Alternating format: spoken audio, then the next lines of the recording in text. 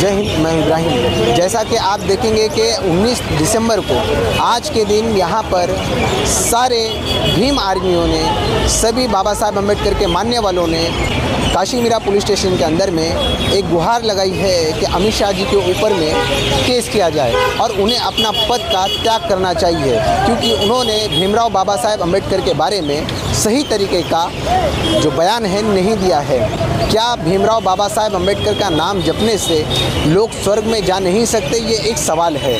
वहीं हमारे भारत के आधे से ज़्यादा लोग जो है भीमराव बाबा साहेब अम्बेडकर को भगवान से ज़्यादा तरीके से मानते हैं, पर वहीं अमित शाह जी ये कह रहे हैं कि अगर हम भगवान भगवान कहते तो 7 पुश्तें जो है वो उनकी स्वर्ग में चली जाती। पर क्या भीमराव बाबा साहेब अम्बेडकर का नाम, जो संविधान जिन्होंने बनाया है, उन्होंने ही तो हमें राइट दिया है कि हम भगवान का भी नाम ले सकते हैं, हम नास्तिक भी रह सकते हैं, हम आस्थावादी भी रह सकते हैं, हमारे ऊपर में हर एक चीज़ की छूट दी गई है। आइए जानते हैं इन लोगों का क्या कहना। अमित शाह जी पण तुम्हाला लावते।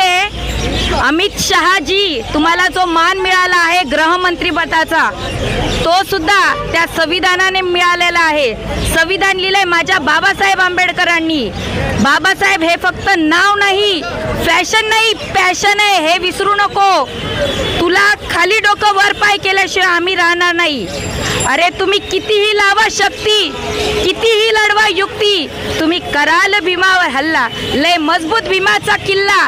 तुम्ही कितीही आम्हाला त्रास द्या, पण आम्ही रस्त्यावर उतरणारी जनता आहोत। बाबासाहेबाच्या नावाशी खेळ चालणार नाही, संविधानाशी खेळ करणार नाही। अरे बाबासाहेबाच्या नावावर तुम्ही घाबरणारी लोक आहात, म्हणून असे बिळातून बाहेर येऊन काहीतरी बोलता। तुम्ही लाजा वाटल्या पाहिजेत। ज्या बाबासाहेबांमुळे आज तुम्ही त्या खुर्चीवर बसलात, गृहमंत्री झाला आहात, त्याचा आम्ही धिक्कार करतो, धिक्कार करतो, धिक्कार करतो। जय भीम, जय संविधान, जय भारत। आता परिस्थिती अशी चिघळलेली आहे महाराष्ट्रामध्ये।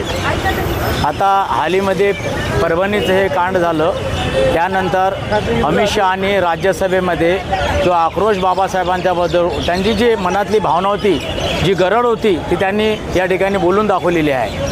मीरा भाईंदरमध्ये संपूर्ण संघटना, वेगवेगळे पक्ष एकत्र येऊन या ठिकाणी Kashimira police station, Kashigaon police station यांना रितसर निवेदन दिलेलं आहे।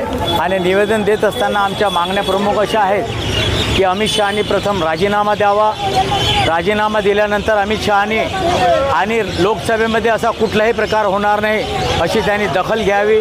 संपूर्ण संघटना एकजूट होऊन या मीरा भाईंदर शहरामध्ये एकजूट होऊन हे आंदोलन केलेलं आहे। यापुढेही जर असंच सुरू राहिलं तर आम्ही उग्र आंदोलन केल्याशिवाय राहणार नाही। सगळे पक्ष संघटना एकत्र येऊन आम्ही हा लढा देऊया। ऐसा है, अमित शाह इतने होशियार हो के भी उनके वर्ड में ऐसा कैसा शब्द आ गया है, वो मुझे बहुत दिक्कत हो रही है। हमारे सब जेबीएम वालों को दिक्कत हो रही है। वो संविधान जो बाबा साहब ने लिखा है, वो संविधान को मानने वाले लोगों ने उनको बहुत विरोध भी किया है। इसलिए हमारा यही कहना है कि मोदी जी ने उनको पार्टी से हकालपट्टी करना चाहिए, नहीं तो देशद्रोह का गुनाह अमित शाह के ऊपर होना चाहिए। ऐसा हमारा सभी जय भीम वाले भीम सैनिकों का इशारा है। अमित शाह एक पाखंडी मानसिकतेचा व्यक्ती आहे, जो आधुनिकतेपासून कोसो दूर, हजारो दूर आहे। त्याच्या डोक्यामध्ये जे काय भुसा भरलेला आहे आणि जे काही अर्ध ज्ञान आहे, परंतु आम्हाला आश्चर्य वाटतं की भारतीय लोकशाहीमध्ये असा येडपट, एकदम पाषाण युगातला व्यक्ती त्या गृहमंत्री पदापर्यंत फक्त हिंसा आणि हिंसा करूनच पोहोचतो। एक तडीपार व्यक्ती जो जेलमध्ये जाऊन आलेला आहे, ज्याने अतिशय कृतज्ञ खूप क्रूर गुन्हे करून तो त्या पदापर्यंत पोहोचलेली व्यक्ती आहे। आणि भारतीय लोकशाहीचं दुर्दैव आहे। त्याच्या मनातली जी काही घाण आहे ही काल आपल्याला दिसलेली आहे, सगळ्या भारतवासियांना दिसलेली आहे। त्यांनी इतर लोकांशी पंगा जरूर घेतला असेल, परंतु त्यांनी आता जय भीमवाल्यांशी पंगा घेतलेला आहे आणि ह्याचं फळ त्याला आम्ही दिल्याशिवाय राहणार नाही आहे। त्याला राजीनामा द्यावा लागणार, अमित शहाला राजीनामा द्यावा लागणार आहे।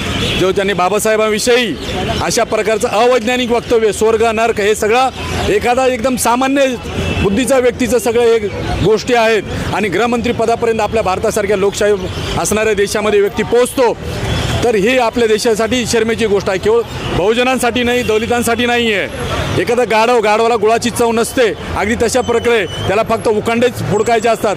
अगदी तशा प्रकारे त्याने एवढ्या मोठ्या महापुरुषारावरती या जो जगामध्ये आदर्श आहे, बाबासाहेबांचा आदर्श संपूर्ण जग घेतं आहे. भारतीय राज्यघटनेचा आदर्श सगळ्या जगामध्ये त्या भारतीय राज्यघटनेला वाहवा मिळते. आणि अशा वेळी अमित शहासारखं एक पाखंडी हे मंत्रिपद येणार जाणार, परंतु अमित शहाचं जेही इतिहासामध्ये तो एक वाईट व्यक्ती म्हणूनच त्याचं इतिहासामध्ये नाव राहणार आहे. जो भारताच्या गृहमंत्रीपदावर एवढा सामान्य बुद्धीचा, एवढा कुवत नसणारा व्यक्ती प्रथमच आपण पाहत आहोत. आणि हे देशाचं दुर्दैव आहे. आणि संसदेसारख्या सर्वोच्च सभागृहामध्ये त्यांनी जे असं वक्तव्य केलं आहे त्याला माफी होऊ शकत नाही, त्याला आम्ही कधीही माफ करणार नाही. जय भीम.